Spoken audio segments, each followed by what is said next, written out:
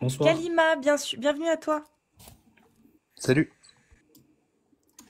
Moi, j'aimerais revenir sur le Kalim, sujet de l'apostasie, si c'est oui, possible. bien sûr. T'es musulman sunnite? C'est ça. Ok.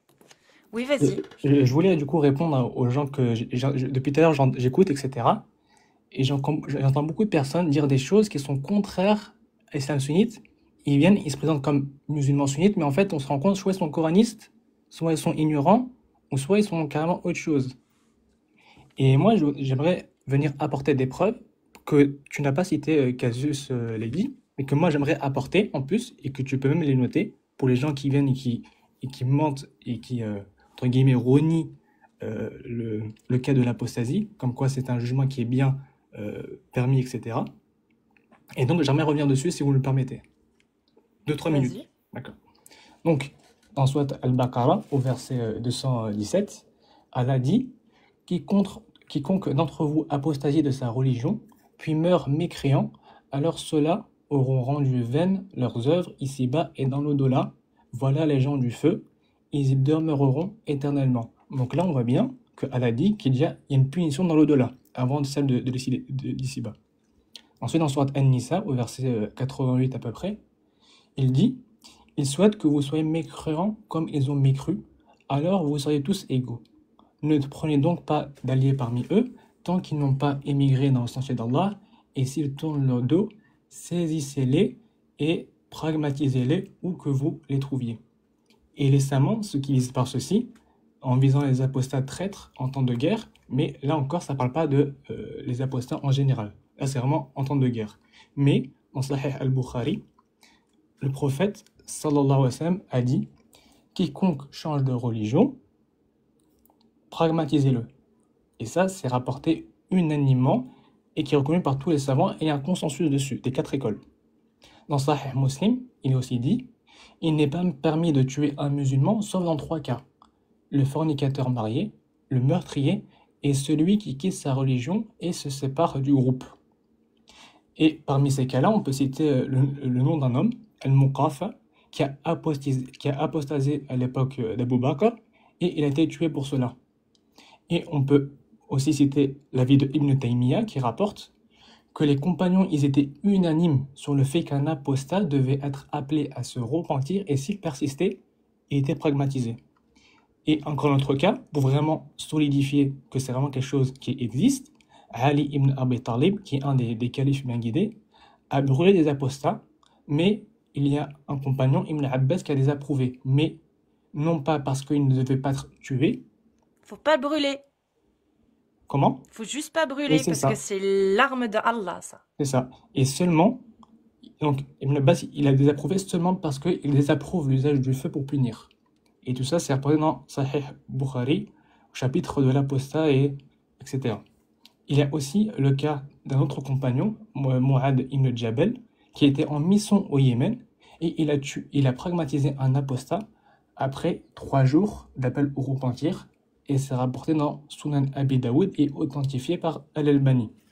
Et le règle de l'apostasie, c'est qu'on appelle l'apostat 3 jours. Puis on le soumet au jugement de l'épée, pris, ou bien c'est la mort. Mais il y a une petite subtilité, mais qui est vraiment très subtile. Ibn Taymiyyah, il rapporte dans Majmou' al-Fatawa que celui qui apostasie en son cœur, sans combattre, on le laisse, mais s'il appelle à cela, alors il trouble la société et la peine est appliquée. Et il ajoute que la peine de l'apostat est liée à la préservation de la Ummah, de la communauté musulmane, et non à la simple croyance intérieure. Et Ibn Qayyim, qui est un de ses élèves à Ibn Taymiyyah, il rapporte dans Ahkam Ahl-Dima, donc le jugement de ceux qui payent la taxe, que le prophète, sallallahu alayhi wa sallam, ne tuait pas tous les apostats, mais seulement ceux qui s'opposaient à l'islam ou le combattaient. Et ce qu'il dit Ibn Qayyim aussi, que ceux qui apostasiaient et que le prophète faisait pragmatiser étaient ceux qui combattaient, mais pas ceux qui quittaient discrètement l'islam. Et j'ai un cas pour ça. Le cas de Abdullah ibn Abi Sar, il apostasa, il a rejoint les ennemis, mais plus tard, il est revenu demander pardon. Et le prophète, sallallahu alayhi wa sallam, n'a pas ordonné son exécution, malgré son passé, et c'est une des preuves que le pardon est toujours possible et que la peine, elle n'est pas mise en application systématiquement, de Ok. manière automatique. Et toi, Et tu trouves... Vas-y, je te laisse finir. il y a aussi les avis des savants contemporains, Cheikh Ibn Baz qui dit si l'apostat ne fait pas de mal à l'islam et qu'il part en silence, on ne le poursuit pas tant qu'il ne trouble pas la société. Par exemple, ce que Amir Apostat fait et Jacques Le Fou, je ne sais pas si était musulman avant. Non. Ah Enfin, il bah, est considéré comme apostat vu qu'il est algérien, donc il est considéré comme musulman. oui, je pense. Et Mais du il coup, est par pas. exemple, ce que vous faites vous, là, le cas s'applique. Mais quelqu'un qui discrètement quitterait l'islam, on le laisse tranquille. Et une autre parole d'un savant, Cheikh Albani, qui dit la peine n'est pas applicable pour celui qui apostasie en privé, sans appel à l'hérésie ni combat. Donc, en gros, la peine, elle est confirmée s'il y a une discorde, un trouble ou une trahison. C'est ce que je voulais dire.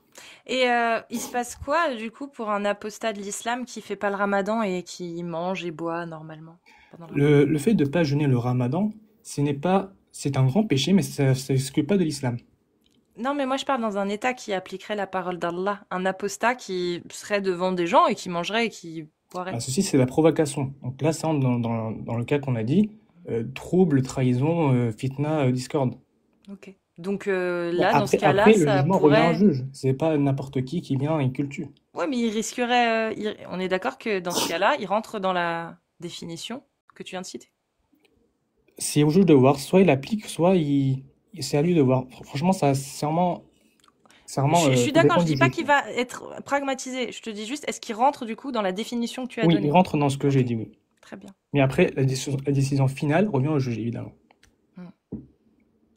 Mais Allah est pas contre du coup, selon les preuves, selon les sources pardon, selon les indications qu'il a données, que ce soit dans le Coran ou le comportement du prophète, Allah ne voit rien à redire au fait de pragmatiser quelqu'un parce qu'il a quitté l'islam et qu'il a mangé en public si on décrète que c'est un trouble à l'ordre public. Oui, c'est ça. Et toi, t'en penses quoi? Je suis salafi, moi. Donc je suis... Ça a coupé quand t'as répondu. J'ai dit que j'étais salafi. Donc forcément, moi, l'avis des savants et du prophète, et vu que je suis le Coran et la Sunna, forcément, bah, je suis de leur avis. C'est-à-dire, en fait, la raison pour laquelle, en réalité, on va pragmatiser cette personne-là, c'est que cette personne-là, en fait, quand on va quitter l'islam, elle va avoir des ambiguïtés qu'elle va peut-être donner à d'autres personnes. Parce que les musulmans vont se dire, ah, il y a telle personne qui a quitté l'islam. Peut-être qu'elle a des arguments que je ne connais pas, qu'il a fait quitter l'islam.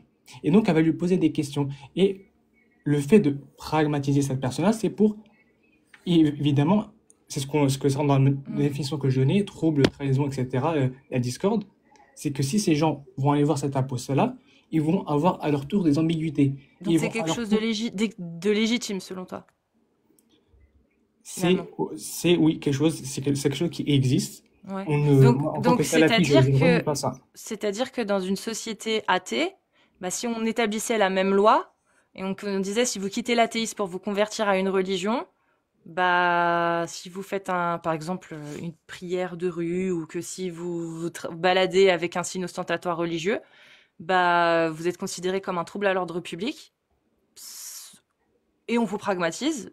Ce serait logique aussi. Parce que, imaginons une société athée qui veut préserver son athéisme et qui veut pas du tout, comme l'islam, qui veut pas que les gens de la communauté athée puissent être pervertis par une pensée qui n'est pas acceptée. À savoir, par exemple, l'islam ou le catholicisme ou le judaïsme ou peu importe, le bouddhisme. Est-ce que tu trouverais ça légitime? Donc la question, c'est par exemple, c'est un État qui veut préserver son athéisme et pratiquer les mêmes règles que l'islam, c'est ça? Il fait ce qu'il veut. C'est-à-dire que nous, on fait ce qu'on veut avec la charia et eux, ils font ce qu'ils veulent avec leur loi. Bah, en fait, il y a pas, justement, c'est là que je suis pas d'accord avec toi, c'est que tu fais pas ce que tu veux avec la charia, parce que Allah a décidé, et qu'une fois qu'Allah a décidé, nul n'appartient pas à un croyant. Voilà. Dans le sens où je disais, on fait ce qu'on veut avec la charia, c'est-à-dire qu'on applique les paroles de Dieu. Oui, donc c'est pas ce que tu veux, c'est parce que t'as pas le choix de l'accepter. Je dis pas de l'appliquer, de l'accepter, d'accepter que ce soit appliqué. Oui, forcément, on accepte. Voilà. Mais là où où justement ils font pas ce qu'ils, ou justement ils ne font pas ce qu'ils veulent, c'est que, pardon, vous ne faites pas ce que vous voulez, c'est que Allah a imposé une parole que vous êtes imposé parce que vous y croyez, et donc de ce fait, enfin toi, tu ne vois pas de mal à ce qu'elle soit appliquée. Non. Tu considères que Soumettre. voilà, tu t'y soumets. Oui, c'est Mais ça. mais quand tu transvases et que tu prends, bah là, le cas où je t'ai dit, où tu mets dans un cas athée, tu peux dire ce que tu penses, parce que c'est pas la loi d'Allah. On est d'accord que moi, je trouverais ça horrible.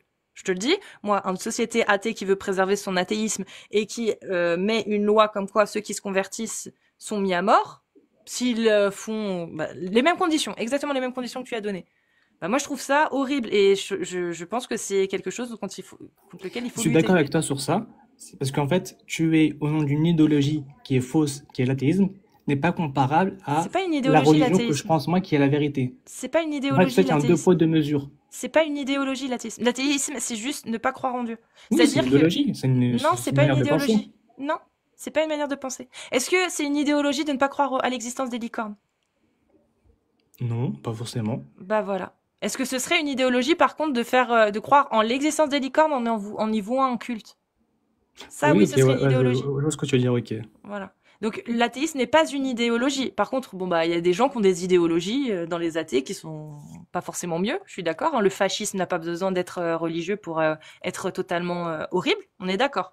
Mais là, je te parle vraiment d'une société dans laquelle, bah finalement, si tu décides ou si tu as foi, tu crois en Dieu et que tu crois en un dogme, bah tu peux être condamné si tu le vis pleinement. Et si en tout cas tu le vis librement.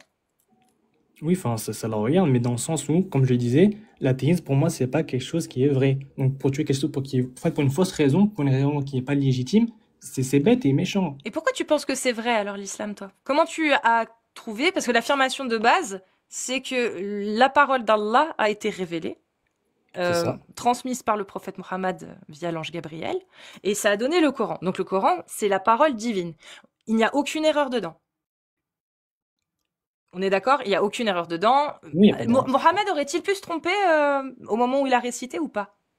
Non. Ça lui a jamais arrivé? D'oublier pendant la prière, si, par exemple, il y a un hadith Non, dessus. de se tromper lors d'une révélation. De citer quelque chose que l'ange Gabriel n'avait peut-être pas dit. Il me semble pas, à mon connaissance, et j'ai pas... Bah, tu sais quoi, tu notes et tu te renseigneras sur les versets de l'étoile, la sourate de l'étoile. Mhm. Alors, ça s'appelle les versets sataniques plus communément. Mais il y a Al-Tabari qui en parle dans les chroniques de justement une révélation où le prophète a été, le message a été, comment on dit, Il a été berné. parasité par le diable et où il a récité Oui. quelque chose que Ah, j'ai Allah ne entendu l'avait ça, jamais ok, révélé. j'ai entendu. Mais ça, c'est un petit bonus. Mais donc, sa parole étant celle du Coran, enfin, voilà, ça c'est l'affirmation, comment toi t'as fait pour vérifier cette affirmation? À savoir que toute la parole du Coran bah, n'a pas pu venir d'un humain. Eh bien, moi, c'est pas forcément la prière, le jeûne. Ce sont des moyens de se rapprocher de Dieu, mais ce que je veux dire, moi, c'est plutôt, on dit que nous, dans l'islam, que l'invocation, c'est l'adoration même. C'est-à-dire que moi, à des moments de ma vie, où j'ai levé les mains et j'invoquais Dieu, et j'ai trouvé que mon invocation, au moment précis où j'ai invoqué, a été réalisée.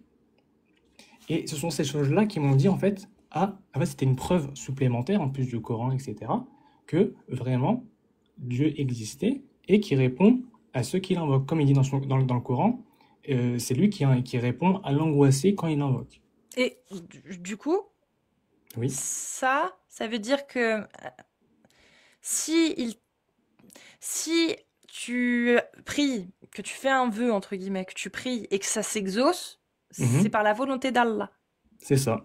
Donc, les autres croyants qui prient d'autres divinités et qui diront que bah moi ça c'est exaucé, j'ai demandé à Yahvé ou j'ai demandé à Rua Mazda ou j'ai demandé à Bouddha, enfin c'est pas Bouddha mais t'as compris, j'ai demandé à ma divinité, je l'ai prié et par sa grâce, ça y est enfin c'est bon, je suis sorti d'affaire. Bah qui a répondu à sa prière?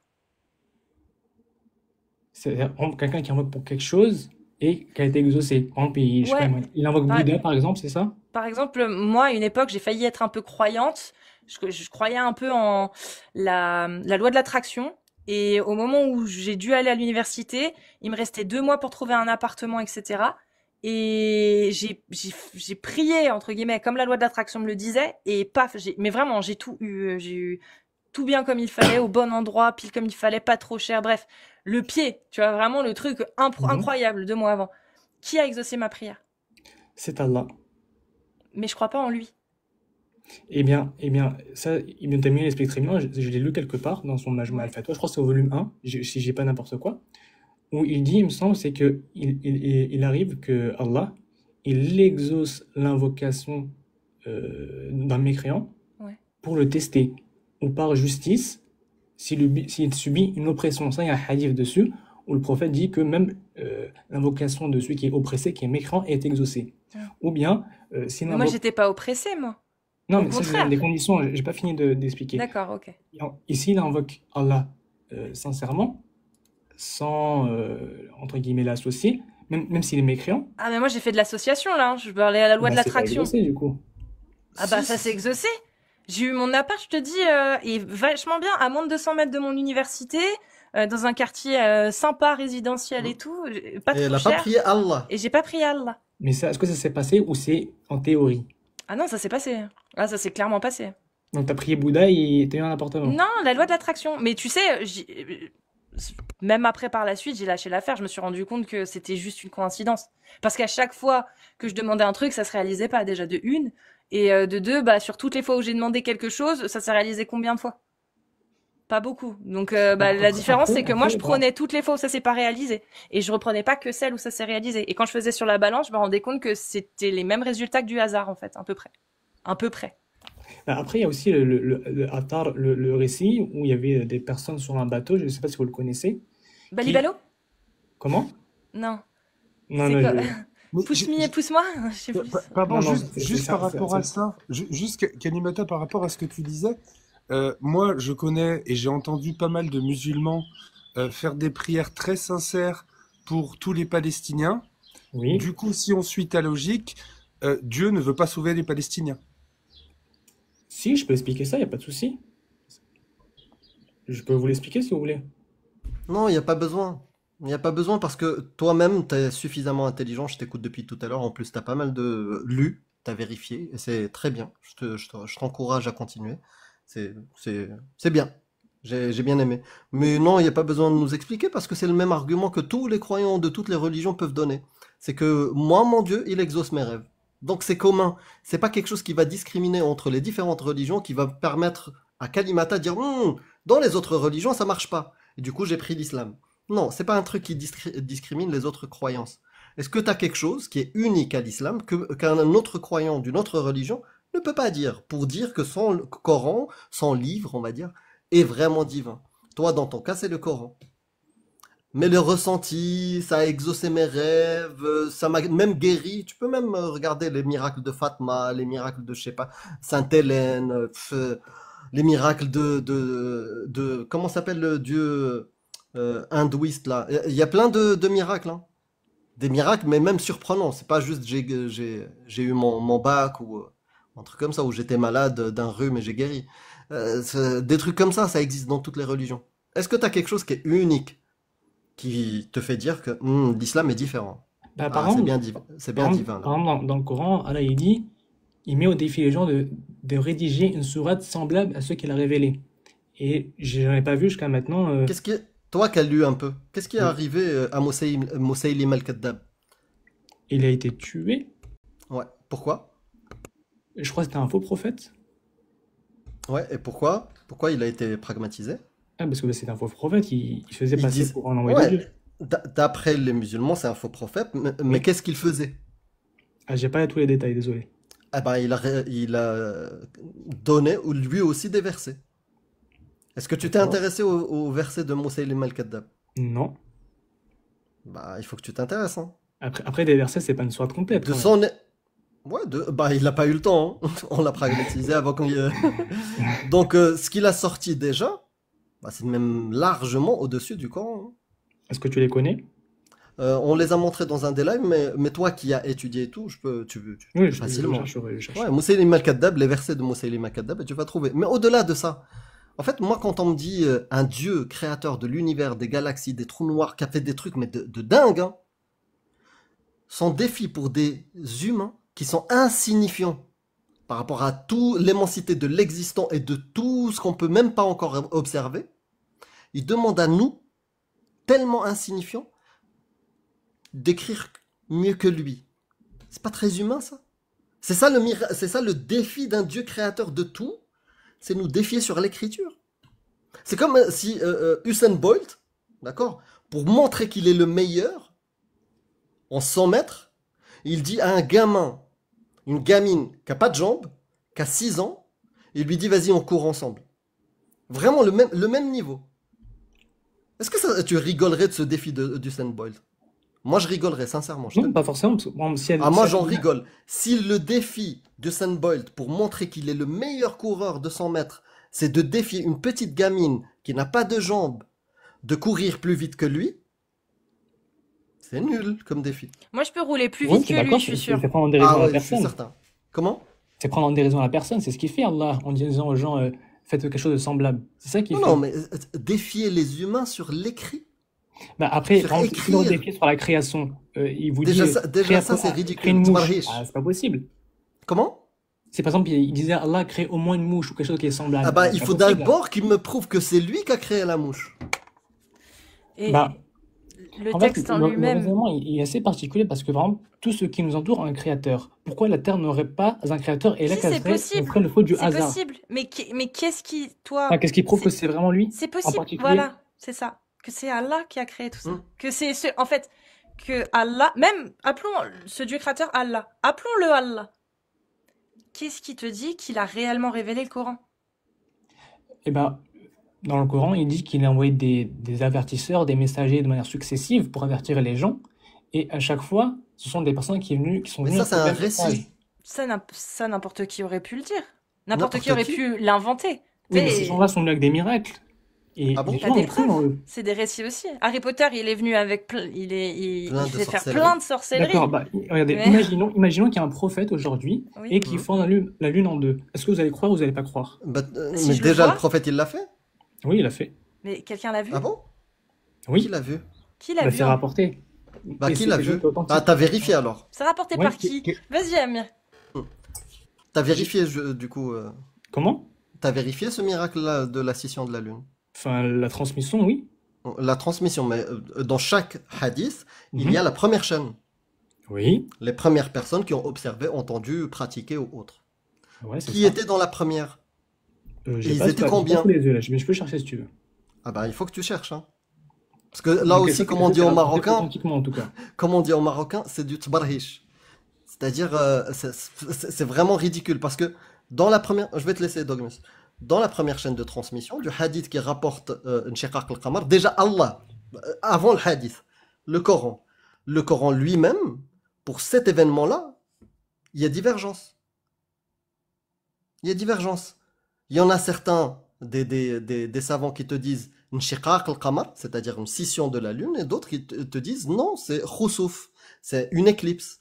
Déjà, dès le Coran, il y a divergence. Tu veux nous convaincre d'un miracle alors que tes propres savants sunnites divergent sur cet événement-là. Ça, c'est la première chose. Et tu peux le trouver dans les tafsirs, tu peux le trouver dans les recueils que tu as cités même tout à l'heure. Ça, c'est la première chose. Ils ont divergé sur le sens de ce qui s'est passé. Est-ce que c'est un khusuf, éclipse, ou est-ce que c'est une shiqaq, c'est-à-dire scission de la lune? Ça, c'est la première chose. Le seul hadith, d'accord, mutawatir, c'est-à-dire qui est Rapporté valide, massivement, c'est ça. ouais. Celui-là, quand on revient à le premier rapport, ils sont 7. Je peux te les citer tous, mais je vais t'en citer les principaux. Ibn Abbas, Ibn Mas'ud, ces gens-là, ils avaient quel âge lors de l'événement? Parce qu'on peut le tracer, l'événement. On sait, on connaît la date de Et là, Nshiqaq j'ai aucune al-Qamar. idée. Je connais Comment? pas l'âge. La date, c'est soit 1 an ou 5 ans avant l'hégire. Ok. À cette époque-là, Ibn Abbas, il avait quel âge? Je connais pas l'âge des compagnons, désolé. Eh ben, Ibn Abbas, il était soit inexistant, pas encore né, soit au maximum, si on prend la date du 1 an avant l'hégire, bah, il avait 2 ans, il avait la tétine. Donc c'est lui qui rapporte. Après, ça a il a vérifié ce que vu tu une dis, parce que Shiqaq c'est al-Qamar? longtemps, ça a vérifié ce que tu dis. Moi, je. Va le vérifier. Toi, tu me dis ça, après, moi, je sais Ah pas. oui, oui. En sortant, va vérifier. Et tu sais quoi? Si je mens, cette vidéo-là, elle sera disponible comme tous les lives qu'on fait. Et si je mens, bah c'est facile de venir me réfuter. Ouais, C'est c'est vrai. facile. Je suis d'accord dessus. Je Bah oui. vérifierai, Et je l'enverrai. d'ailleurs, je vais faire une vidéo prochainement. Je finis avec l'embryonnage et je vais parler de la scission de la Lune. Il y aura toutes les sources complètes sur ce pseudo-miracle. Où même les musulmans, vos savants, divergent entre scission de la Lune et Khousouf. Et quel est l'avis le plus prépondérant? C'est Nshiqaq al-Qamar. Mais quand Ok. tu prends même la méthode de Al-Ghazali ou n'importe sur la vérification d'un miracle, Je la ne crois pas première dire règle, moi. ouais, la première règle, je te donne la source comme ça, tu peux trouver les règles Ouais. comment on prend en considération un hadith et on le Oui, je sais, valide je sais. quand il contient un miracle. La première règle, c'est que l'observation de la première lignée doit être hissiya, c'est-à-dire sensorielle. Soit ils ont vu, soit ils ont entendu, soit ils ont touché ou ils étaient là, présents. Comment Ibn Abbas, soit inexistant, soit à 2 ans, a observé la scission de la Lune? Là, tous vos règles de Tawatur tombent à l'eau sur ce cas-là. Ibn Abbas, Ibn Mas'ud, tous étaient soit des gamins, soit ils n'existaient pas. Et d'autres, ils ne pouvaient pas être là. Je vais te donner les noms des autres Pendant que personnes. tu cherches les noms, moi je te pose une question en retour. Et ils étaient 7. Oui. Ils étaient 7. Si tu crois en un récit, un témoignage rapporté par 7 personnes, tu devrais croire au petit bonhomme vert. Parce que les témoignages qui rapportent des gens qui ont vu des petits bonhommes verts, des extraterrestres, dans un temps plus court que la révélation du Coran, il y en a plus de 70 000. 70 000 de gens qui ont vu des petits bonhommes verts. Donc tu dois y croire. Parce que si, en comparaison, tu crois un miracle rapporté par 7 personnes, dont 2 Brahash et d'autres qui n'étaient même pas dans la région, c'est compliqué hein, pour croire. Mais je vais te maintenant, donner les autres. oui, pas de souci. Ce que tu avances actuellement, est-ce que tu penses que les savants n'ont pas pensé à ça en 1400 ans?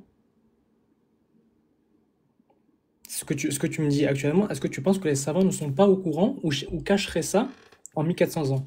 Non, Non. c'est Eh juste qu'ils bien, ils se sont peut-être du juste coup, dit c'est une que. ambiguïté que tu me donnes, qui est peut-être un savant a déjà répondu dessus.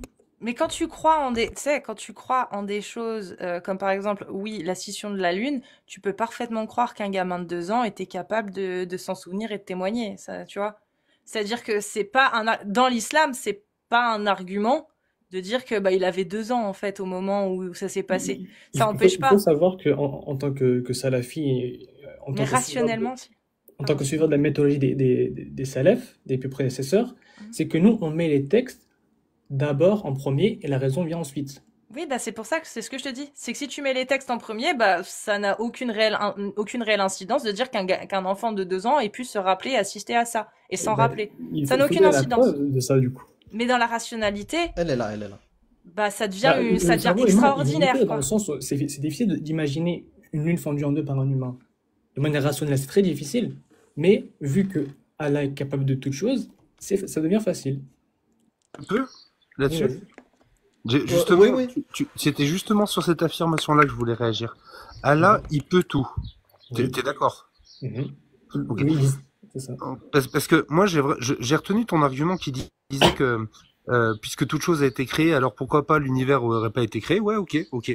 Moi, on va partir du principe qu'il y a un Dieu, d'accord. Par contre, l'affirmation d'omnipotence que tu viens de faire, Oui. il peut tout. Je vais avoir une question. Et vraiment, on va voir, justement, tu parlais de logique à l'instant, Oui. on va pouvoir vérifier. Est-ce que Allah est capable de créer une pierre qu'il serait lui-même incapable de détruire? Bah, ce que tu me dis là, c'est pas possible. Parce que Allah est capable de toute chose. Il ne peut pas en fait se créer des imperfections.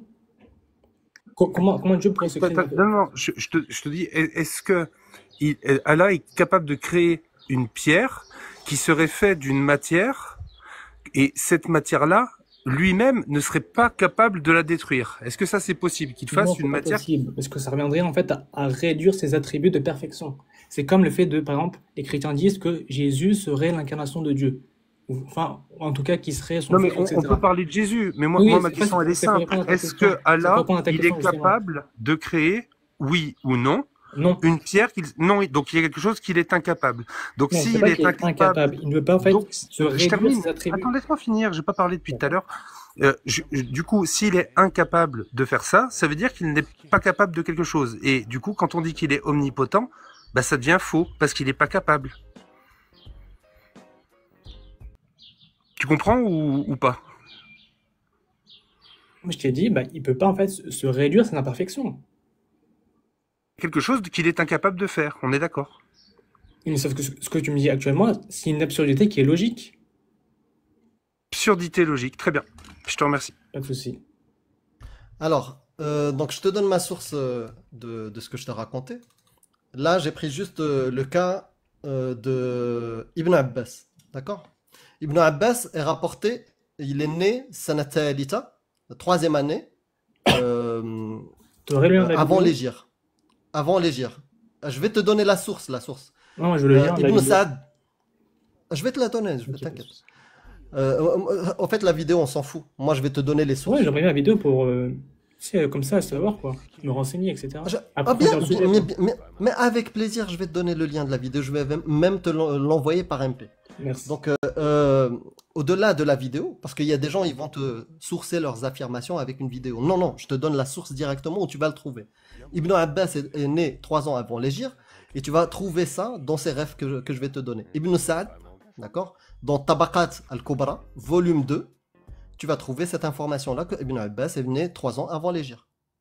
Très bien? Euh, donc, dans le même livre, ou dans d'autres livres, tu vas trouver à quelle année l'événement de la scission de la Lune est arrivé à peu près. C'est soit 5 ans avant l'Hégire, soit 1 an avant l'Hégire. Donc, je te laisse calculer. Soit Ibn Abbas, celui-ci, que je vais te montrer ici. Tac.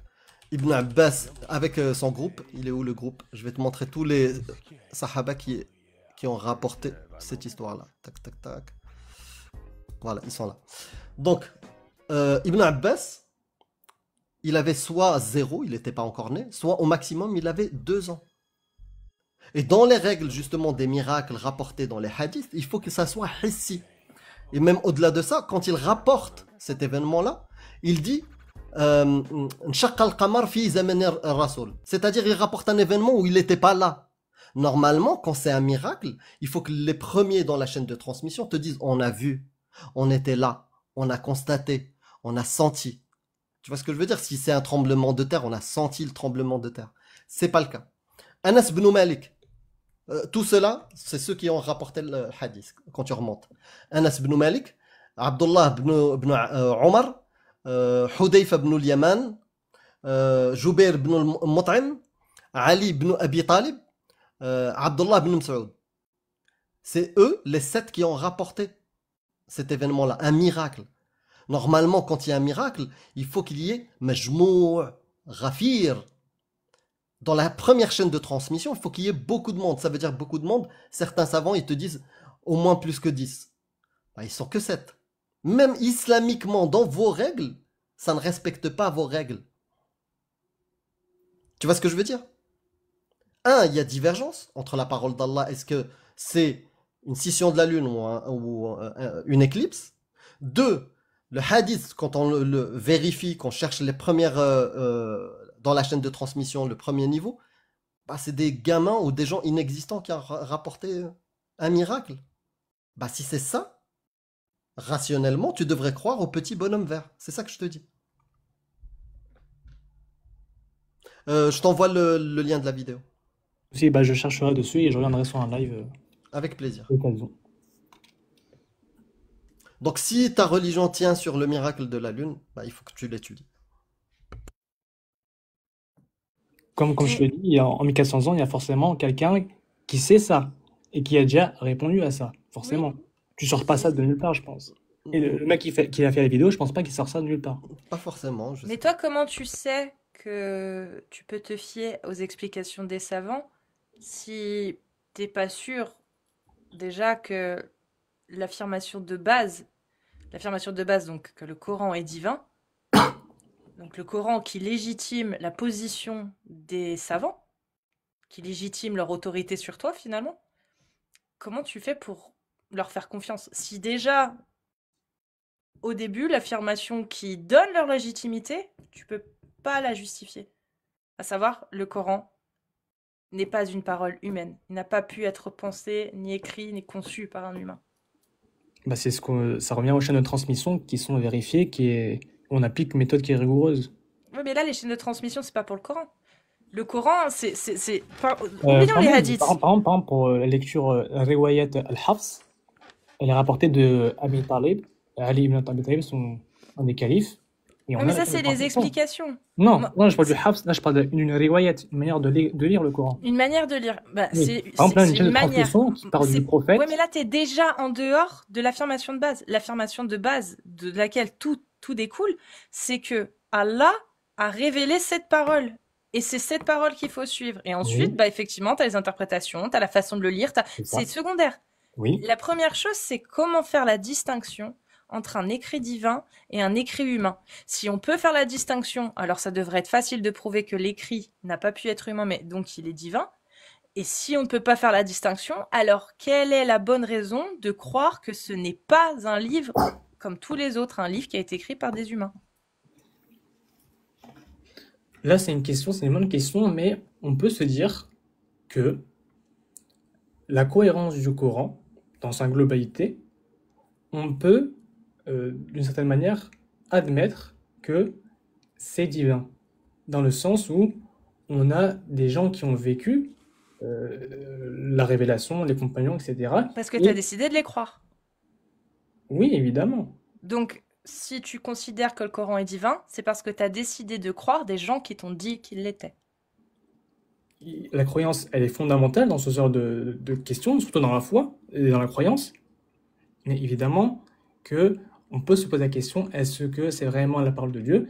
Et moi, la façon dont je vois les choses, c'est que on a une chaîne de transmission qui est véridique. On a la biographie de tous les compagnons, des gens qui ont rapporté, etc. Et on sait que cette parole vient en tout cas du prophète. Bah, très bien. Donc, le prophète, comment tu sais, comment toi tu as pu vérifier que tu pouvais faire confiance en lui et que finalement, bah, c'était bien un prophète du coup. Comment tu as pu vérifier l'affirmation qu'il a faite en disant ce que je vous dis là, ce n'est pas ma parole, mais c'est celle d'Allah. Cette affirmation-là, Est-ce que tu connais le tafsir de la révélation? vite fait. Eh ben, je l'ai lu et ça m'a semblé très cohérent dans le fait qu'elle allait voir, je sais pas si c'était un prêtre, en tout cas il était chrétien, il lui a expliqué qu'il a vu un ange, enfin, il a vu un ange qui lui a transmis la Warakra. révélation. Non, c'est un juif, c'est un juif. Ah, c'est un juif, Non, autant pour moi. Warakra, non? Non, je pense qu'il parle l'autre, des ouais. 3 questions. C'est Ah, les ça. 3 questions. Et le chrétien, non, le juif du coup, il lui a répondu ce que tu as vu, etc. C'était Tu véridique. connais le numéro du hadith? C'est Bukhari 39-38 ou 38-39? Je sais pas là. Je connais pas, j'ai pas les noms. 39-38. Ouais. Toi qui es rationnel, si tu vas le lire vraiment, parce que lui, il lui dit, ce juif, il lui dit, j'ai 3 questions, il n'y a qu'un prophète qui connaît la réponse. Mhm, C'est c'était ça quoi? qu'il lui dit. Ouais. La première question, c'est quel est, je sais plus l'ordre. Il y a une question, quel est le premier repas qu'on va manger au paradis? Et le Mhm. prophète, il lui a dit, ben, le premier repas, c'est le foie de Noun, le hout, le Ouais. poisson géant. Oui. Et il lui a dit, bravo, très bonne réponse. Tu vois pas un truc illogique? Non, enfin là-dessus, j'ai pas la science dessus pour Donc je te répondre. répète, non, juste rationnellement. Je te Mhm. répète, le juif, il vient voir le prophète, il lui dit, j'ai 3 questions, il n'y a qu'un prophète qui connaît la bonne réponse. Ce juif-là n'est pas prophète. Et il lui pose la question, quel est le premier repas qu'on mange au paradis?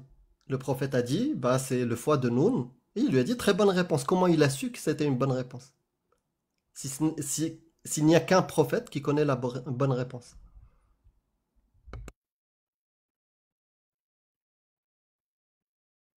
C'est Jésus. Comme j'ai dit, j'ai pas la science sur cette question-là précisément. Non, non, Mais ça me choque pas, rationnellement. moi, de dire que ça me choque pas. Quelle science, tu parles de quelle science? Le fait de réfléchir rationnellement? De manière rationnelle, c'est possible que ce soit le foie. Pourquoi ça serait pas le foie? Non, non. C'est pas là le problème. Écoute bien. Le mec, quand il vient lui dire, il n'y a qu'un prophète qui connaît la bonne réponse. Et je vais te poser la question.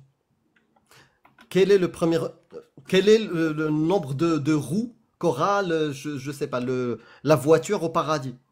Il lui Après, dit se base 5 roues. Imaginons, il lui dit 5 roues. Et là, le juif, il lui dit, bravo, très bonne réponse. Comment il a su que c'était la bonne réponse? Alors qu'il n'est pas prophète, le juif. Il n'y a qu'un prophète qui a la réponse aux questions qu'il va poser.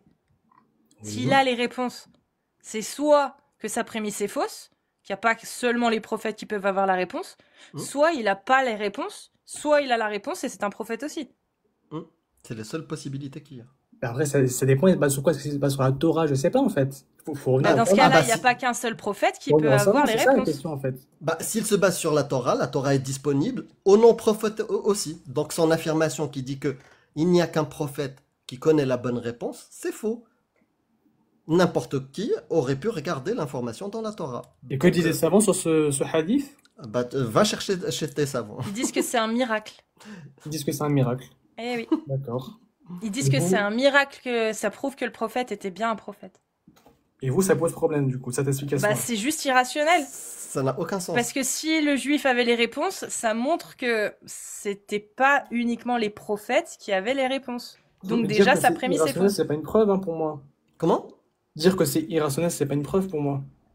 Mais non, mais c'est juste là, attends, depuis tout à l'heure, c'est quand même, tu réfléchis bien, tu comprends vite, tu percutes. Bien Là, sûr tu quand comprends c'est pas irrationnel. l'irrationalité dans le fait de dire, bah moi je vais voir Amir, je lui dis, écoute Amir, il y a uniquement des prophètes qui ont la réponse. Je lui pose une question, il me donne une réponse lambda et je lui dis, purée, c'est ça, t'es prophète? Bah en fait, il va me Ça veut dire, dire oui, que je toi suis aussi t'es prophète. prophète. Je vais dire, ah bah moi aussi du coup je suis prophète parce que je connais la réponse. Non, ce que je veux dire, c'est que si vous prenez un miracle et vous le rationalisez, ce n'est plus un miracle. Parce que la définition Ah, du c'est miracle- irrationnel. Non, Les t'as miracles, pas c'est compris. Les irrationnel. miracles, Un miracle, c'est un événement divin qui transcende les lois. Si on le rationalise, c'est pas un miracle, c'est un événement. Là, on n'a Oui, mais là, on c'est n'a pas un même pas événement. contredit le miracle. c'est pas un événement là. Bah C'est oui. deux humains qui dialoguent. Bah, c'est un C'est événement, un humain c'est un qui événement quand même. vient en affirmant qu'il allait poser des questions et que seul un prophète pouvait avoir les réponses. Donc sous-entendu que ce gars-là, bah si est seulement un... Alors déjà ça part bien parce que si c'est seul un prophète qui peut avoir les réponses, alors le gars il va poser les questions mais sans savoir si la réponse est bonne vu qu'il les a pas. Soit il les a et c'est un prophète. Soit bah il a fait une fausse affirmation. S'il n'est pas prophète et qu'il a les réponses, il les connaît. Donc il n'y a pas que les Un humain. prophètes. Un humain peut avoir les réponses. C'est cela en fait où que c'est irrationnel. Ou c'est soit une erreur en termes de rédaction. Peut-être le hadith a été mal rédigé. Mais dans ce cas-là, bah, ça montre qu'il y Il a n'a un plus aucun problème, il y a sens. une lacune, ouais, il y a une lacune dans les sources Transmission, et dans les ouais. transmissions. Soit que, bah, c'est juste un hadith drôle, à la rigueur, pourquoi pas? Ça pourrait être une blague. Tiens, il y a un gars, il est venu, il s'est fait passer pour un grand savant, il nous a demandé, Bah, comme les blagues sur les Belges. voilà, il nous Voilà, a... il faisait des Exactement. blagues, c'était Parce que des c'est news à drôle l'époque. comme hadith finalement. Ah Un oui. gars qui vient, il dit, ah, je vais te poser des questions qu'il y a que un prophète qui peut avoir, je suis pas prophète, donc je les ai pas, mais je vais te poser la question. Mais du coup, comment tu sais pour que si les réponses sont bonnes? Bah, je saurais pas. Donc, bah, c'est drôle. Je vais te poser des questions que seul un prophète a les réponses, mais j'ai les réponses. Bah, t'es prophète aussi? Bah, non. Bah, dans ce cas, voilà, c'est drôle aussi. Et dans ce cas-là, c'est un prophète. Oui, je suis aussi un prophète. Bah, là, c'est un peu moins drôle, du coup. Mais ce serait ce qui est plus logique, finalement. Que ce soit Jésus qui sinon- soit venu lui poser Ou les sinon, questions. c'est juste un mensonge. Ou c'est juste un Voilà, mensonge. pour donner une belle histoire qui réconforte les croyants. Parce qu'elle raconte quoi? Un juif est venu, il a posé des questions au prophète, c'est le seul qui détient la bonne information, il lui a répondu, Alhamdulillah, Masha'Allah, il s'est converti juste après ça. C'est tout, un récit qui réconforte les croyants. C'est tout. Mais est-ce que rationnellement c'est possible? Non. Rationnellement, c'est pas possible. Et oui, si quelque chose est irrationnel, oui, c'est une bonne raison de ne pas la prendre au sérieux. C'est-à-dire, si tu viens, tu me dis 1 plus 1 égale 128, bah, ok, tu as le droit de le dire. Mais c'est irrationnel, ça n'a aucun sens. Oui, la rationalité est importante quand on analyse des textes. Donc, pour entre guillemets résumer, soit c'est un hadith qui est drôle, soit il a menti, ou soit c'est un miracle. Non, ce que je veux te dire, c'est que tout à l'heure, tu basais, toi, ta croyance sur la robustesse des chaînes de transmission, des mécanismes de transmission d'un récit. Les mécanismes de transmission d'un récit, imaginons même qu'ils étaient à la pointe de la technologie. En fait, ils avaient même des bases de données, ils avaient des serveurs, et l'information a été sauvegardée. Alhamdoulilah, le prophète, tout ce qu'il a dit a été enregistré avec des caméras 4K et tout. Imaginons ça, c'est parfait. Ça ne te garantit pas que le message de base était vrai. Bah, du coup, Et même, ça tu rien. vois, il y a une affirmation aussi, un des arguments des apologètes sunnites, c'est, pas tout le monde savait que le prophète était digne de confiance. Et on a des sources où c'est marqué, même de Koufar, ils disaient, on n'a jamais entendu le prophète mentir. Imaginons même que c'est vrai. Même une personne digne de confiance, ben, elle peut se tromper. Elle peut halluciner. Il y a plein d'explications. Mais l'explication que le créateur a discuté avec quelqu'un du 7e siècle, ben, il faut de bonnes raisons pour y croire. Pas juste, le prophète était quelqu'un d'honnête, hein, où il a répondu très bien à des questions d'un juif, qui s'est converti à l'islam d'ailleurs. Mon ami, Ah, le prophète, avant la révélation, tu était fais blard. quelqu'un intègre et de digne de confiance. Et c'est une des raisons que les gens ont cru en lui. Oui, mais rationnellement, même si quelqu'un est digne de confiance, ce qu'il te raconte, t'as pas la garantie que ça soit vrai. Même des gens qui sont dignes de confiance, ils peuvent halluciner. Ils peuvent péter un câble et commencer à voir des choses. Y croire complètement, être sincère, hein. Bah, du Mais coup, ce qu'ils ont vu est faux. si je rentre dans ce que Ça tu peut dis, être, bah non, ça peut être. c'est irrationnel Comment? ce que tu me dis alors. Non, c'est On pas peut pas être irrationnel. à la fois Prouve-le. digne de confiance et avoir des trous de mémoire ou des visions. Non, mais digne de confiance, l'expérience, imagine ton voisin, c'est quelqu'un qu'on a observé pendant 30 ans, Oui. c'est quelqu'un qui n'a jamais menti, c'est quelqu'un qui connaissait ce que c'était l'amana, c'est-à-dire garder les choses, bien les transmettre et tout. On a vu que ça de lui. Et un jour, il vient, il nous dit, il y a un dieu, dragon rose, je le vois, il me parle. Ça ne garantit pas que ce qu'il vient de dire est vrai. Il peut halluciner, du jour au lendemain, il est tombé malade. Il peut du jour au lendemain changer et ne plus être honnête. Il veut arnaquer les gens. Ça peut être plein de choses qui expliquent ce truc-là. C'est-à-dire l'honnêteté de quelqu'un ne garantit pas que l'information est vraie. Donc là, si c'est la chaîne de transmission, la robustesse, ça ne garantit pas l'information initiale. Même si ta chaîne de transmission est top. Et je t'ai montré des exemples que ta chaîne de transmission, elle est bancale. Nshikak al-Qamar, c'est même toi qui l'as cité. Il y a une catastrophe dedans. Deux, le hadith Ça vérifie quand même, 38-39 ça vérifie. de Hein, Bukhari. Vas-y, va vérifier. Moi, je t'ai donné les sources. Donne-moi les sources qui disent le contraire, que Ibn Abbas, il n'est pas né à la 3e année. Ok, Inch'Allah. Voilà. Donc la charge de la preuve est chez toi. Moi, la preuve, oui, elle était chez moi, je t'ai donné les sources. La page et tout, le livre. Il faudra le lien de la vidéo aussi. Comment? Regarde la vidéo, elle va t'aider, Mais Oui, elle est je veux en dire, marocain il et faudra en le lien arabe. aussi, c'est ça que je disais. Mais la vidéo, je te l'ai transmise. D'ailleurs, il faut que tu m'ajoutes, c'est Zouturlouk. J'arrive pas à t'envoyer. Je t'ai envoyé une invitation. Zouturlouk t'a envoyé une invitation. C'est mon dieu. Ok, Et d'ailleurs, il existe parce que la chaîne de transmission qui rapporte que Zouturlouk existe, elle est robuste. Mais est-ce que toi, t'es digne de confiance et intègre? Oui. Si je te le dis, il y a même Cassius qui peut l'attester, Dogmios et plein de gens dans le chat. Donc ce que je rapporte doit être vrai. Bah, en tout cas, ce que tu rapportes, on ne sait pas si c'est vrai, mais l'islam sunnite le dit vraiment, oui. Ça, oui, par contre. On ne sait pas si c'est vrai. Nous, on a de bonnes raisons de penser que c'est... Ah, on parle de Zouturlouk. Pardon, excuse-moi. Parce qu'en même temps, je lisais sur Twitch. Il y a des gens très crédules. Mais voilà. Il y a même des gens qui sont croyants de Zouturlouk, ils disent Zouturlouk Akbar. C'est ce que les livres, en tout cas, de Zouturlouk disent. Je connais pas c'est qui, mais ok. Tu sais, je vais t'aiguiller aussi sur un autre truc. Va chercher quels sont les moyens avec lesquels le prophète a convaincu Quraysh, ceux qui l'ont suivi. Oui, Est-ce que c'est grâce à la scission de la Lune? Non, il y a plein d'autres choses. C'est pas seulement ça. Ça se base pas seulement sur un moment précis. Ah si, il y a eu un moment précis. Parce que pendant 13 ans, les 13 premières années du prophète, le Fatra al-Makiyya, la période mécoise, il Il avait combien de followers? Avant la migration ou après? Bah, les 13 années, c'est avant.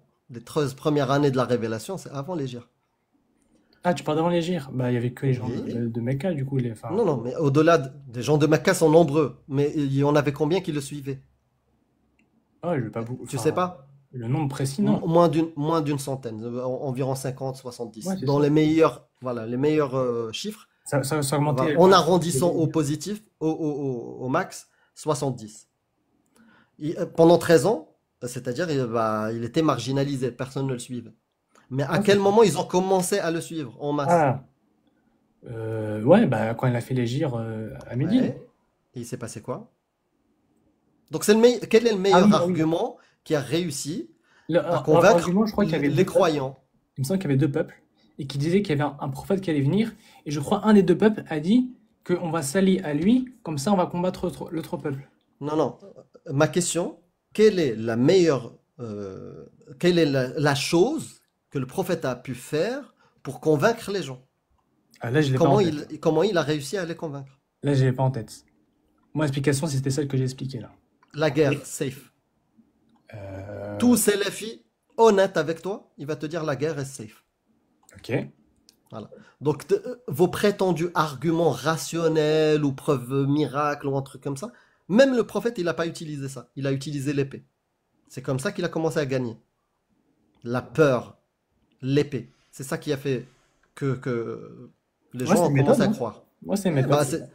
c'est ça avant Sa'alik, la rencontre du prophète avec les bandidos, Qota' Torok, Salik. avant la rencontre, 13 ans de clochardise. Personne ne le suivait. Dès qu'il a rencontré, il a commencé à composer une petite milice, puis une armée. C'est ça qui a fait le succès. C'est la bagarre, comme dit bébé Onyx. C'est pour ça qu'il y a l'époque mécoise, l'époque médinoise, et que tu vois que l'époque mécoise, tu trouves des à vous, votre religion, à moi, la vôtre, etc. Et dans les versets de Médine, bah, quand il avait une armée et des gens qui le suivaient, c'était plus du tout ça.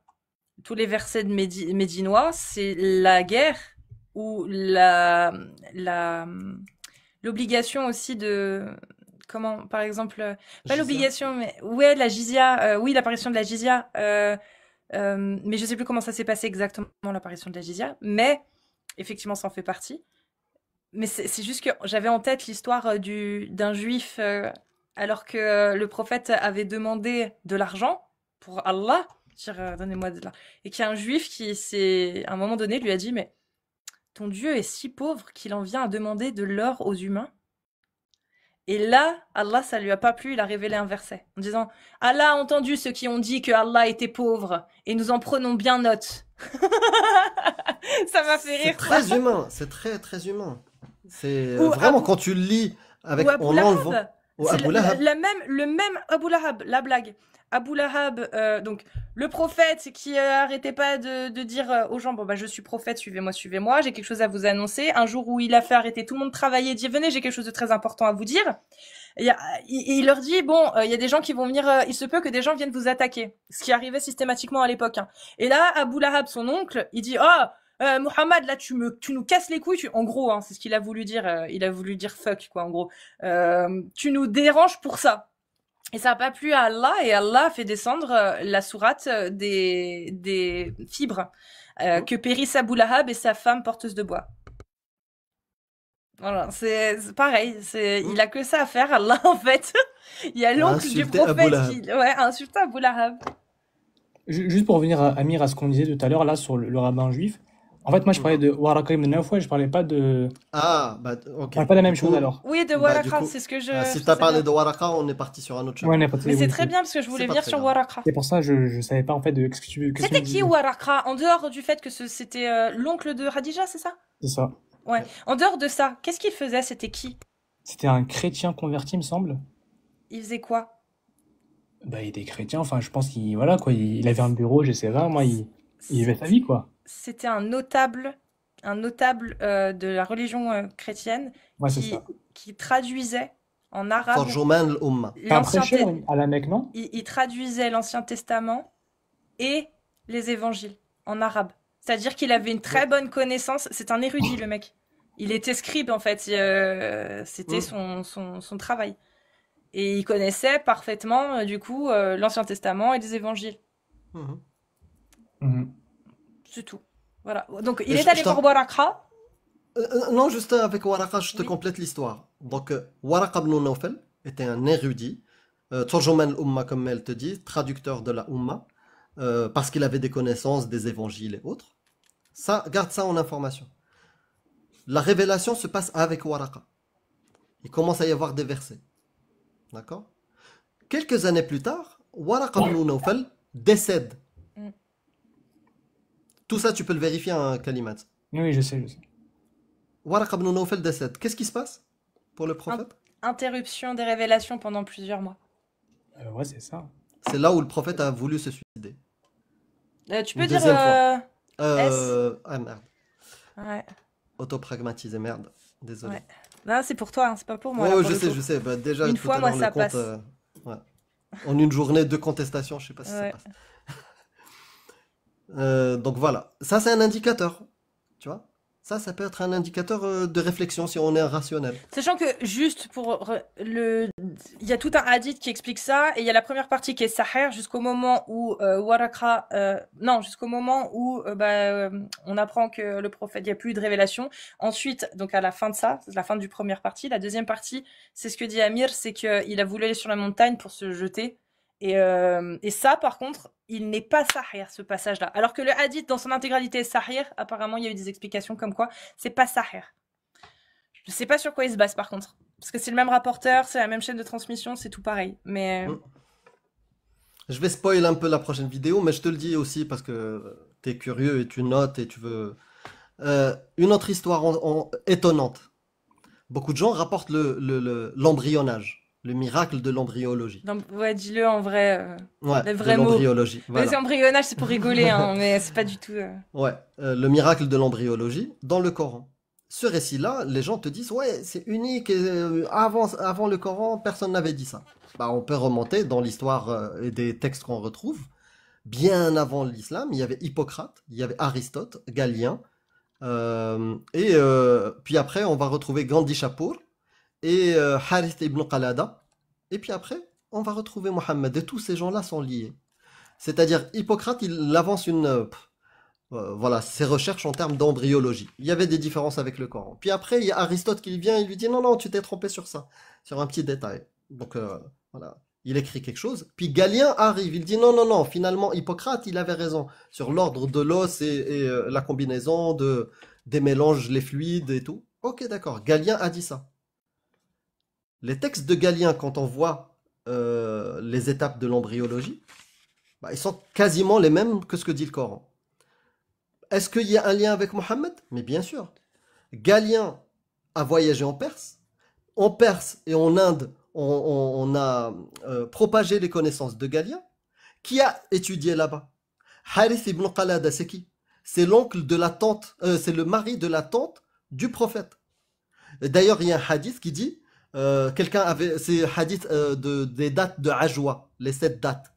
Tu cherches le hadith de cette date kalimat et tu vas trouver Harith ibn Qalada. Qu'est-ce qu'il dit le prophète? Allez voir Harith ibn Qalada parce que c'est un médecin. Il a étudié où Harith ibn Qalada? Il a étudié dans l'université de Gandhi Shapour. Voilà. Et on trouve cette connaissance-là dans le Coran. La CQFD. Encore, tu parles d'embryologie, mais c'est quelque chose qui existe depuis 1400 ans, qu'on connaît les textes. C'est pas Non, avant 1400 ans. Ah, avant, ok. Oui, bien avant. Je te parle d'Aristote. Je te Mhm. parle d'Hippocrate. Oui. C'est 2000 ans, 1400 ans avant. D'accord. Galien, c'est 500 ans avant le Coran. Ouais. 400 et quelques. Ouais. Et il avait déjà donné ces étapes-là. Avec D'accord. les mêmes erreurs, parce que le Coran, il fait une erreur. En comparaison avec la connaissance de 2025, il n'y a pas l'ovule, l'os, et puis après on le recouvre de chair. Ça, c'est une erreur monumentale. C'est comme, je vais te décrire comment se fait les os et la chair. Tu prends une feuille comme ça. Je coupe en deux. Qu'est-ce qui apparaît en premier, le côté gauche ou le côté droit? Kalimat? Ouais, j'écoute. Voilà, tu peux me dire qu'est-ce qui apparaît, qu'est-ce qui se déchire en premier? Le côté droit ou le côté gauche? À gauche. Là, c'est le côté gauche qui se déchire en premier? Bah ouais. Enfin, Bah c'est ce que je non, c'est montre. les deux en même temps. Je déchire. Ah oui, C'est parce les que moi, je vois deux. à gauche. Ok, ok, oui, oui. Voilà, c'est les deux en même temps. C'est comme ça que se passe l'os et la chair. D'accord. Tout en même temps. Allah, il te dit non. Nous vous avons fait d'os et puis on a recouvert les os de chair. ثم كسوناها لحما. D'accord. Ça, c'est une erreur monumentale concernant la connaissance. D'accord. Et Voilà. si Et Allah il quand je t'avait. vois une erreur comme ça, c'est pas du divin, c'est pas un texte Ok. divin. Et si Allah avait décrit tel que tu aurais voulu que ça soit écrit, avec bien les détails, etc., est-ce que tu aurais cru? Ah, bah tu vois, ça c'est une très bonne question. Même toi, tu peux y répondre parce que tu es assez rationnel. Déjà, la première chose, on va te dire bravo.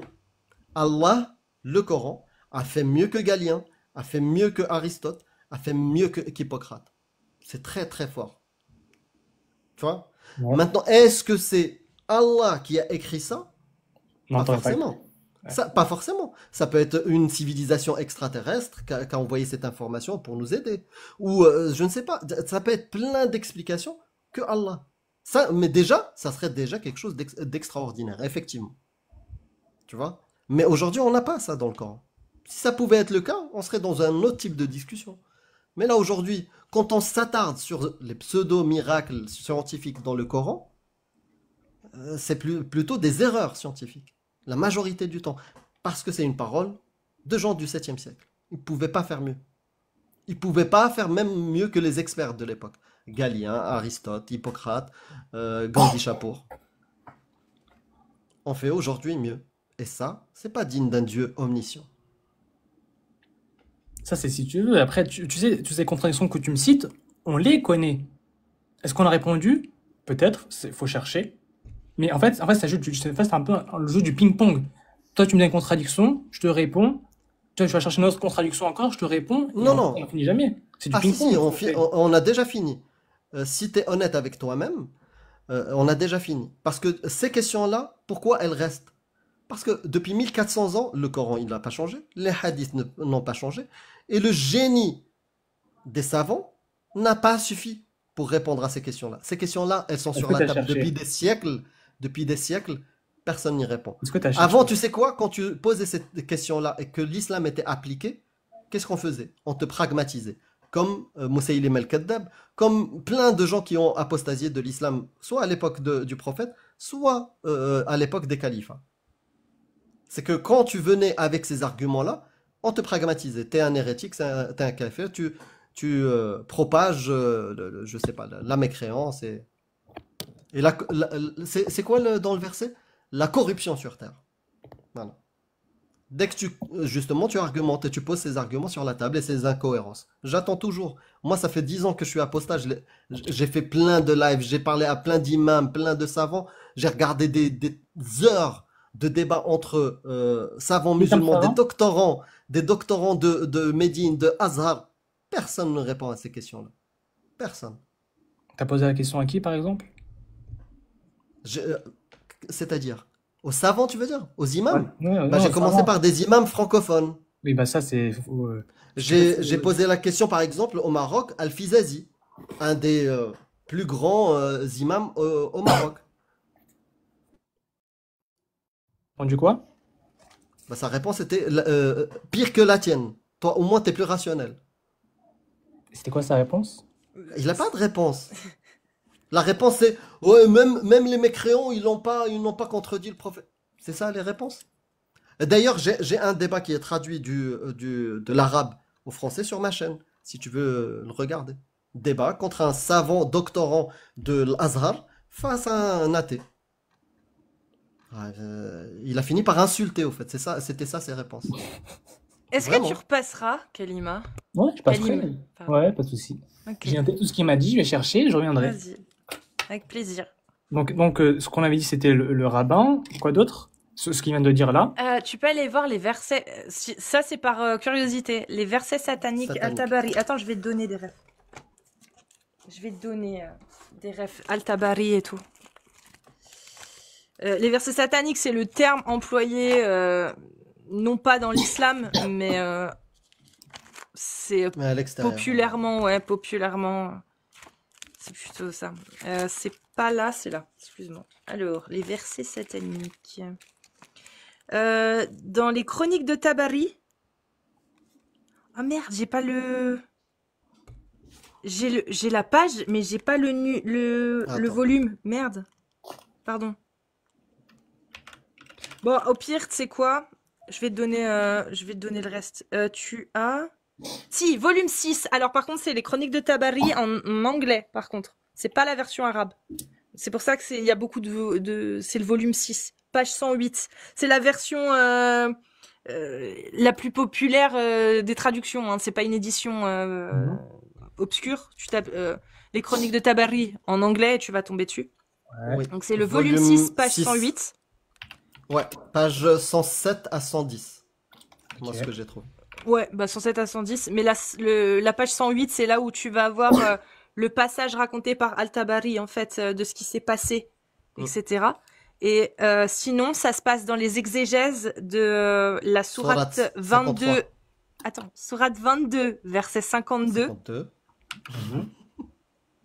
C'est Et bien la, ça. et la sourate 53, verset 19-20.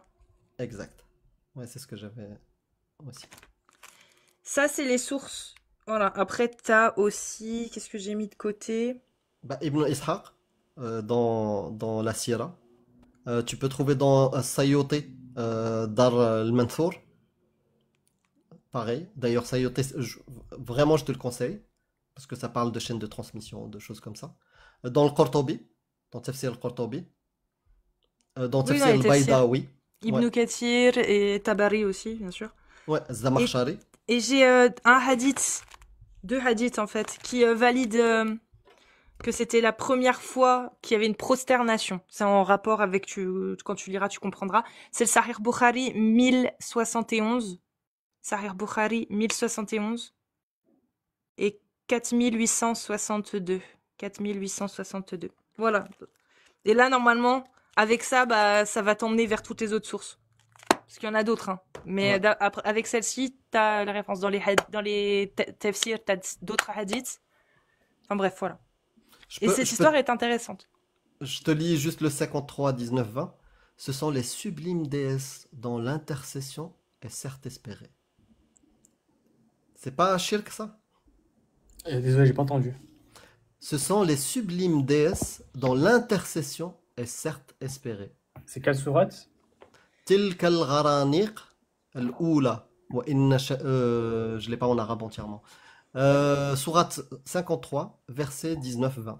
Alors, ça, Tu le trouveras plus. Tu pourras l'étudier Tu tout trouveras seul. plus ce verset. Ce verset, il a été remplacé. Ah bah voilà. Et ben, oui, le problème. Va lire les sources. Va lire les sources et tu vas tu verras. comprendre. Il a Oui, été c'est changé, intéressant. en fait. Parce qu'il y a eu il y a... Oui, abrogé quoi. Non, Ouais, pas abrogé. en gros, pour résumer, il y a Mohammed pendant la Mecque, pendant sa période à la Mecque, où il voyait les Quraïsh se prosterner, prier quoi, leur Dieu. Et lui, quand il a voulu les appeler à la prière de Allah et montrer sa prière, il a récité donc un verset que Gabriel lui a fait descendre, l'ange Djibril. Et dedans, il disait Allat, Uzat et Manat, voilà des divinités dont l'intercession est autorisée, en gros. Voilà. Or, non, c'est pas ce qu'on trouve aujourd'hui dans le Coran, et c'est expliqué dans les tafsirs ce qui s'est passé. C'est expliqué que, en gros, l'ange Gabriel est revenu voir le prophète quelque temps après, en lui tapant sur les doigts, en lui disant, mais récite-moi la sourate de l'étoile. Et il récite, et dit, mais qu'as-tu fait là? Ce n'est pas ce que je t'ai demandé de réciter. Toi, je t'ai dit quelque chose et toi, tu as dit totalement autre chose. Voilà ce que je t'ai dit. Ces intersections ne sont pas autorisées. Et ça a été, et après ça, le prophète s'en est voulu, il était malade, il a pas mangé pendant 3 jours, enfin bref. Et ça montre, en gros, dans certaines explications, la plupart des explications en tout cas, disent que c'est parce que le diable s'est glissé sur sa langue. Ça, c'est dans le Tabari. Le diable s'est glissé sur la langue du prophète au moment où il a... ou dans ses oreilles.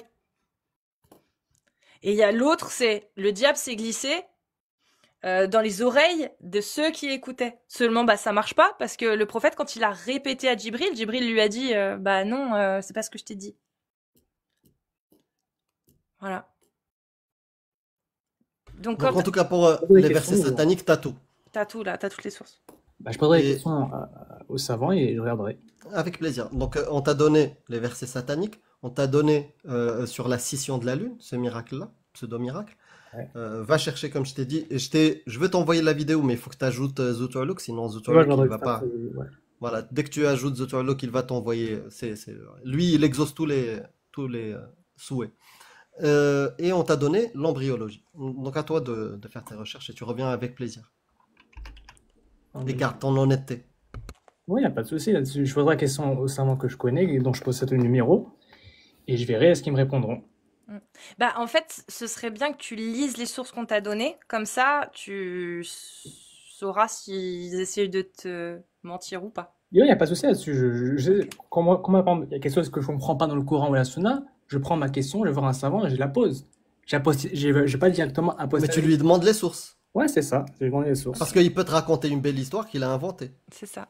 Ouais, bah, de toute façon, il se base sur le Coran et la Sunna, donc il n'y a pas de souci là-dessus. Oui, Ça mais dépend. quand il te raconte quelque chose, est-ce que à la fin tu lui dis ok d'accord, c'est ça l'explication, c'est quoi la source qu'il le raconte? Enfin, Genre c'est toi test. qui le dis. Kalima, Kalim, pardon. Est-ce que tu connais l'histoire, je pense que oui, du prophète qui était tellement miséricorde que son voisin juif, quand il lançait des ordures, bah, il restait calme et il lui a même pardonné. Non, je connais pas l'histoire. Bah, c'est normal parce qu'elle n'existe pas. Pourtant, il y a plein d'imams qui la racontent. Il n'y a aucune source qui en parle pourtant dans Oui, il y a l'islam. beaucoup d'imams qui rapportent Ouais. des récits non authentiques. Bah, qu'ils inventent, parce qu'il est nulle part.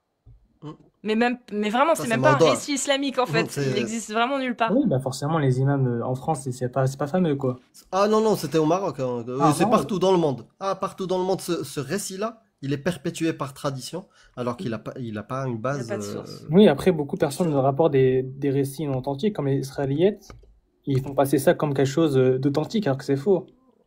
Oui, mais c'est pour ça que je te dis, si tu poses la question à tes imams ou tes savants que tu connais, c'est bien, c'est une bonne chose, mais qu'ils te donnent la source, que tu puisses vérifier ce qu'ils sont en train de dire. Ouais, pas de souci. De la base, hein, c'est comme moi, si quand je te raconte des choses, c'est bien de me dire, donne-moi la source, tu vois. Normal. Ouais, Tu vas pas me croire sur parole. Non, forcément, t'es un apostat, je te crois pas sur parole, tu vois. Je prends pas ce que tu me dis pour argent Et comptant, même, je note, et même, je et le même recherche méfie-toi de tout le monde, ça doit être une règle générale. C'est-à-dire que je sois apostat, athée, musulman, ou n'importe, après. il y a une Au contraire, exigence. moi, je prends que les preuves. C'est-à-dire, si tu me dis quelque chose sans preuve, je prends pas. Ben, c'est très bien, c'est très bien. Garde ça. C'est la méthode des salafis et qui est la plus rationnelle. On En tout, va que les preuves. en tout cas, sur cette partie-là, ouais, elle est logique. Quand on te raconte quelque chose, oui, il faut une source. C'est ça. Après, ils Eh acceptent ben, des sources qui sont farfelues. Pardon. non, en tout cas, Kalim, je te remercie pour cet échange. Pas de Tu souci. repasses quand tu veux. Prends soin de toi. Merci. Et un de ces quatre. À bientôt. Salut. Peut-être demain, on sait pas. Ah, peut-être. Merci, au revoir. Chat Azutur Salut. Look. Bye bye, prends soin de toi. J'ai adoré, parce que j'ai pas tout vu, hein, je faisais ma petite course, et j'ai adoré le début, où tu l'as laissé faire son speech, parce qu'il avait des connaissances, et je pense que j'ai validé la totalité de ce qu'il a raconté sur la peine de l'apostasie, il a même rajouté des textes qu'on cite pas souvent, c'est très bien. Bah, suivant. Si vous êtes musulman sunnite ou musulmane sunnite, vous tapez des séries de 1. Si vous êtes majeur, s'il vous plaît, uniquement.